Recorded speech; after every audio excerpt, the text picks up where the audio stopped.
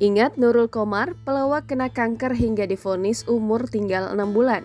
Begini nasibnya kini. Ingat pelawak Nurul Qomar, idap kanker ganas hingga divonis umurnya tinggal 6 hingga 9 bulan. Seperti apa kabar Nurul Qomar kini?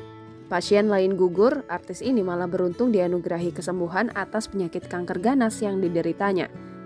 Terhitung 11 kali sudah sang artis melakukan kemoterapi demi sembuh dari penyakit kanker. Dan kini usaha sang artis rupanya berbuah manis.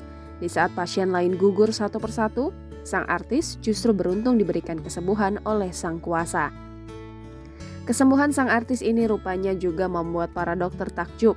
Ya, sosok artis tersebut tak lain adalah pelawak Nurul Qomar. Nurul Qomar dulu divonis derita kanker ganas stadium 4 di usus besar dan usus halus. Namun baru-baru ini, Nurul Qomar dibuat bahagia karena Nurul Qomar kini terbebas dari kanker setelah 11 kali melakukan kemoterapi. Tak hanya Nurul Qomar, tim dokter juga dikatakan tak menyangka sang komedian bisa sembuh dari kanker. Mengingat kanker usus yang diidapnya sudah memasuki stadium 4C.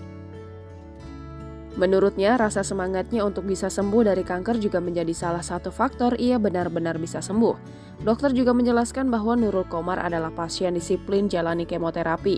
Sebab banyak pasien kanker lainnya tak melakukan kemoterapi serutin Nurul Qomar. Sebab ada pasien yang semestinya 2 minggu sekali kemoterapi, tapi 3 minggu sampai sebulan baru terapi sehingga sel kanker kambuh lagi.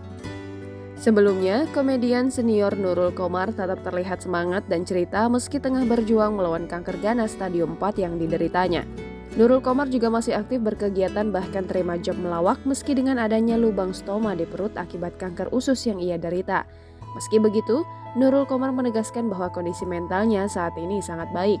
Nurul Qomar rupanya punya alasan tersendiri memutuskan untuk tetap bekerja, salah satunya melawak. Menurutnya, profesi melawak adalah ibadah dan bisa menyehatkan pikirannya. Nurul Qomar mengaku sangat mencintai pekerjaannya sebagai seorang seniman, utamanya komedian.